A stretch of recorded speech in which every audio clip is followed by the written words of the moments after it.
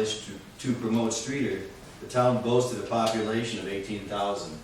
14 coal mines, 4 shale and clay factories making brick, tile, and sewer pipe. A bottle factory running 24 hours a day, making 6,480,000 bottles a week. And an automobile manufacturing plant which shipped more than 375 holidays over one railroad line alone. 7 school buildings of modern construction. A splendid wooded Chautauqua Park of 20 acres with a commodious steel pavilion seating 5,000 people. An attractive 9-hole golf course. and 20 churches of all denominations. Streator was a major rail center with 30 passenger and 40 freight trains daily, as well as 2 electric lines. Every year it took 39,500 30-ton cars to handle the freight, extending over 300 miles of trackage. Do you hear that whistle down the line? I figure that it's engine number 49. She's the only one that'll sound that way on the edge of Topeka and the Santa Fe. On the edge of Topeka and the Santa Fe. Woo, woo! In the 1920s, Reuben Soderstrom, a printer, composed Streator on a Saturday Night. And I have to tell you that the reason I'm here in Streator as Mrs. Wilton Stone is because he wooed me with this poem. Couldn't resist. We've been used right royally elsewhere in visits to town of more fame, and enjoyed the sights and many bright lights while playing the visiting game. But however joyful and rosy the appeal of a foreign sight, we've oft found ourselves a longing for Streator on a Saturday Night. Streator boasts of no world attractions. It has no seashore nor mountain peaks high. But while roaming afar where these things are, our people admit, on the sly, that New York is all right on Sunday, and Frisco on Wednesday is bright, but no place in our splendid nation is Like Streator on a Saturday Night. People rave of the Rockies, of oceans, of cities, of flowers. It's one safe bet that they haven't yet witnessed the feature that's ours. Because then when their minds are pondering and in memories allowed to delight, they find but one topic to write on. That's Streator on a Saturday Night. Reuben G. Soderstrom had come to Streator in 1900 as a boy of 12. He'd gone to work for first in the bottle plant and later as a printer's devil for the Independent Times. During World War I, he was elected to the state legislature, where he soon became a champion of organized labor. His reasons for writing the poem? This was a real live town with a lot of pioneer spirit. His grandson, Dr. Carl Soderstrom, celebrated his father's achievements by building the handsome statue on the northwest side of City Park.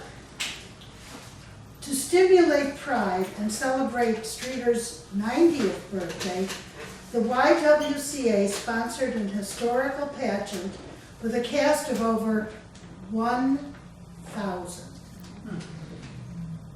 I think 7's a lot to work with. Recruited through schools and clubs. The finale featured Miss Streator and a stirring poem written by Mrs. Virginia Leroy. I am coal and glass and clay. I am the brawn of labor, the enterprise of capital. I am flowers and sunshine and green lawns. I am organizations, church fellowship, fraternal spirit. All the poetry and romance of life are of me. All the business and noble striving of humanity clamor for expression in me. I am Streator, the unafraid. Up I rise, glorified through the efforts of my people who transformed me out of coal and clay and glass into this shining temple of civic beauty. Into the greater, more glorious Streator I yearn to be. Then the entire audience of 3,000 to 5,000 people joined the 1,000 cast members in a finale of a song written for the occasion to the tune of America the Beautiful. Oh, beautiful for civic pride, for schools and churches free, for belching chimneys called to toil, and hope's last majesty. Oh, Streator City beautiful, God keep thy honor bright. Let sons so true and daughters too stand firm for truth and right. Streator also became known for producing automobiles. The first Halliday car came out in 1904 with great secrecy.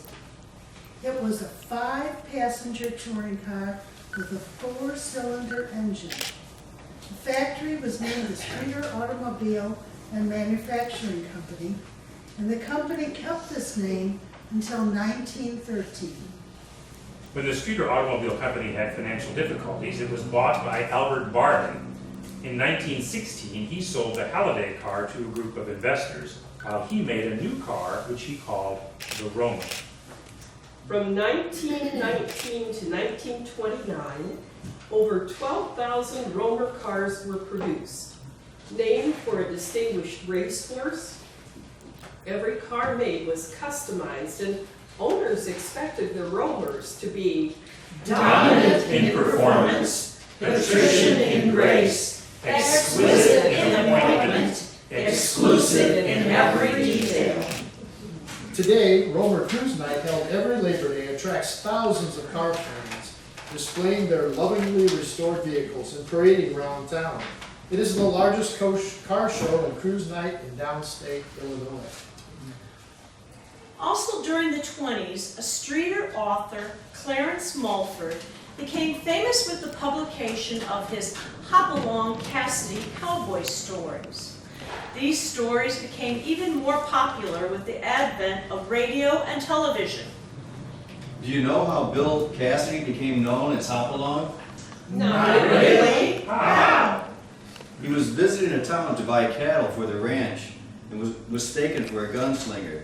During a shootout, he was wounded.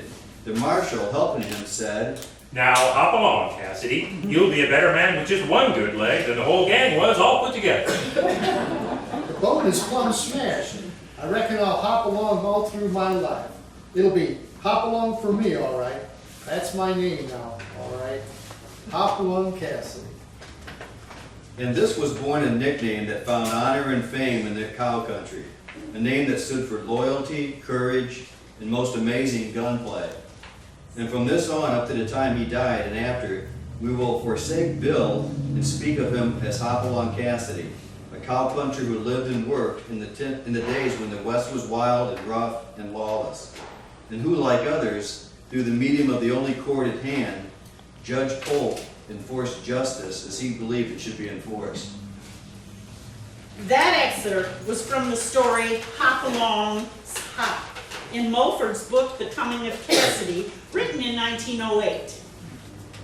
Today we remember Mulford's legacy with the Hopalong Cassidy Trail along the Vermilion River.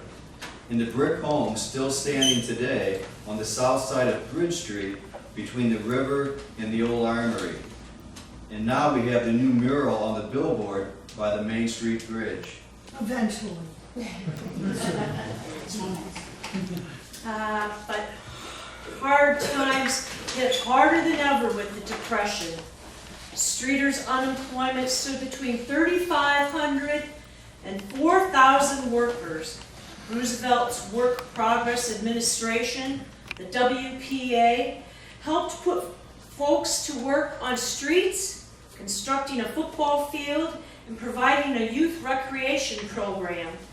The average salary was $44 a month. The CCC, or the Civilian Conservation Corps, also built trails at Starved Rock, and the beautiful lodge that remains one of the area's most popular vacation areas. But prices were also low. In 1933, a pork roast was 7 cents a pound. Maxwell House coffee was 27 cents a pound. And a young man could take his favorite girl dancing at Gilbert's Big Barn for only 35 cents. By 1939, Streator, like the rest of the nation, had almost fully recovered from the long slump. On another more positive note, astronomer, Streator native, and my cousin Clyde Tombaugh discovered a new planet in 1930. Actually, it was on February 18th that Clyde discovered the new planet. He wrote, People have a hard time understanding that Pluto wasn't discovered through a telescope at night, but rather on photographic plates with a special machine during daylight hours. A terrific thrill came over me. I switched the shutter back and forth, studying the images. Oh, I had better look at my watch and note the time. This could be an historic discovery. Let's see, estimating my delay at about 3 minutes, it would place the moment of discovery very close to 4 p.m. The name Pluto, the god of the underworld, seemed best since Pluto is so cold and dark. In recent years, the concept of whether Pluto is actually a planet or a dwarf planet has reached controversial proportions, debated by astronomers in all corners of the world. I decree that Pluto is no planet at all. Oh, forget that nonsense. Of course it's a planet. It is not. It is so.